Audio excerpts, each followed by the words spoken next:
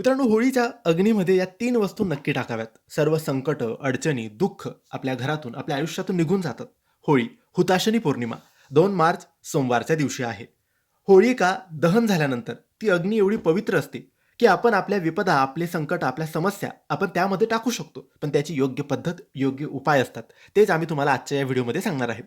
मित्रांनो, 3 वस्तू: काळे उडीद, नारळ आणि एक नैवेद्य. नैवेद्य म्हणजे आपण जे गोडधोड होळीच्या दिवशी करतो, तो नैवेद्य होळीच्या अग्नीकडे, जिथे होळिका दहन होतं, तिथे जाऊन तो ठेवायचा असतो. ही झाली पहिली वस्तू. नैवेद्य नक्की ठेवावा. नैवेद्य ठेवायचाच असतो. आता 2 वस्तू कोणत्या? तर पहिली वस्तू आहे पूजेचे नारळ. हे पूजेचे नारळ आपण आपल्या घराच्या मुख्य दारावरून ओवाळून घ्यायचं 7 वेळेस आणि ते होळीच्या अग्नीत टाकावं. याने आपल्या घरावरील इडापिडा, नजरदोष सगळं काही बाधा निघून जातात. नंतरची वस्तू आहे काळी उडीद.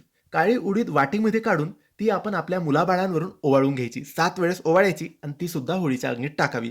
मुलांवरील विपदा, मुलांवरील संकट, समस्या सगळं काही निघून जातं. म्हणून या 3 गोष्टी तुम्ही होळीच्या अग्नीत टाकायला अजिबात विसरायचं नाही.